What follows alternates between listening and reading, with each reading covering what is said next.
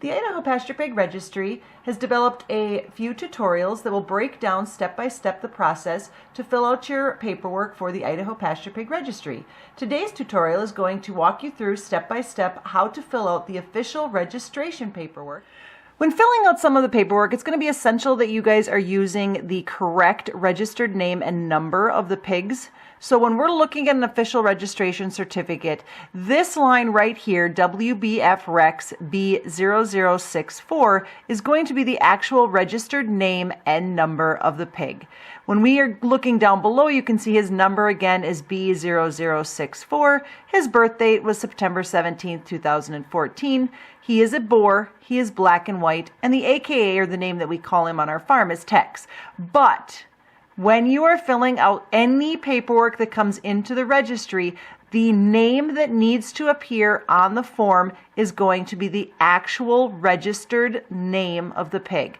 So WBF Rex B0064 in this circumstance is going to be all of the information that you are going to need to put onto the forms when they're asking for an official registered name and number of the pig.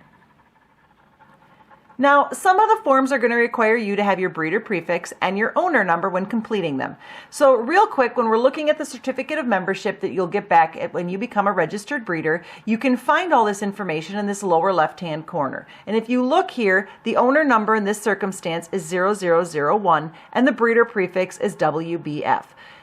That is going to be the information that, like I said, will be needed on some of the paperwork. It's not needed on all of them, but on some of the paperwork, if you are asked for that information, this is the place that you can find them. Okay, the next paper that we are going to talk about filling out is the official registration paperwork. Now, when you are looking at this, you are going to be the breeder. And when you are reading through the information on the registry website, you will please note that the breeder is responsible for doing all registrations, the litter notifications, and transfers of all the pigs. So please make sure, like I said, the breeder is the person who is responsible for filling all of this out and sending all of this in. So you, as the owner of the pigs who had the baby, are going to be the breeder. Your breeder name, prefix, and number, which again we just talked about, which was on that form, is going to be filled into this section right here. Again, the address that you use for your farm will be followed by the phone number and the breeder email.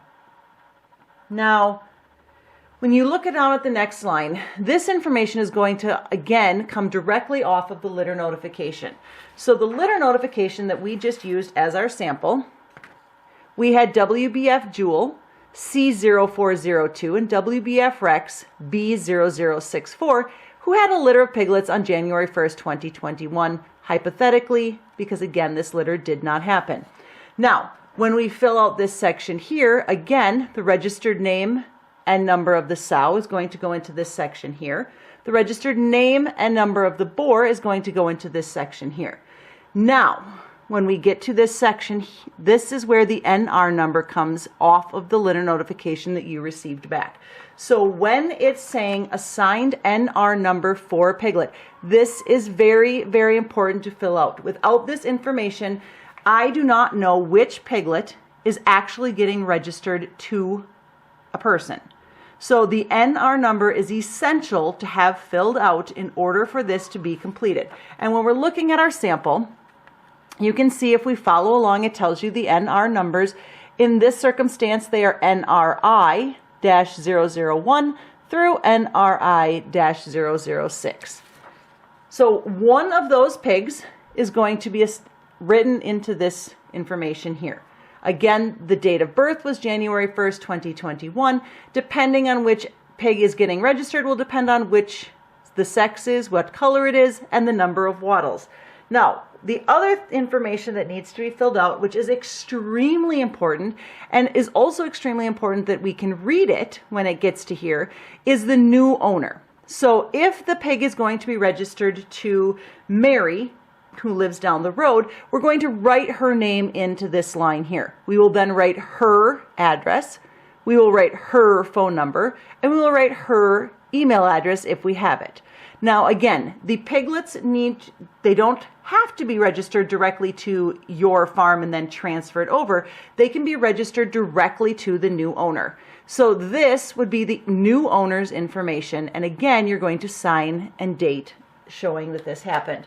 Now, I do have a sample here for us to look at that is already filled out using one of these pigs that we just talked about. This person does not exist, so please don't worry about all of the information is all hypothetical and is all made up. Now, this information shows you the breeder name, prefix, and number, Dave and Jody Cronauer, WBF 0001. Again, all of this information is our personal breeder information. Now, the registered number of and name of the boar and the sow, again, are right here.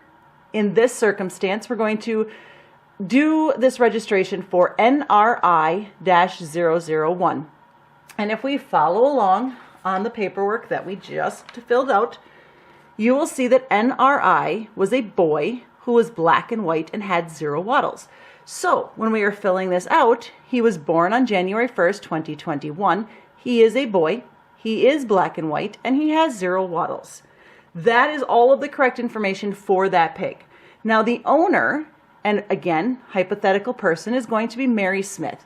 We fill in her address, we fill in her phone number, and we fill in her email address. Again, all of this information is filled out completely. You are then, as the breeder, going to sign and date and send this in. It is $10 to register a pig in the United States.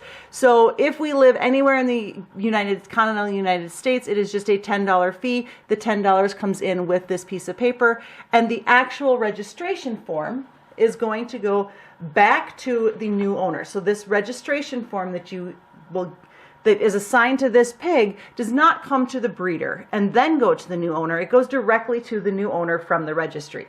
And this is not one of those pigs, because then they're hypothetical, but a different pig altogether. But again, this is an example of what the official registration certificate is going to look like. That is the information that is going to go directly to the new owner. Thank you for following along for the tutorial today. If you have any additional questions, you are welcome to go to www.idahopasturepigregistry.com, or you can call 715-674-2287, and I will be happy to walk you through anything that is confusing or answer any additional questions.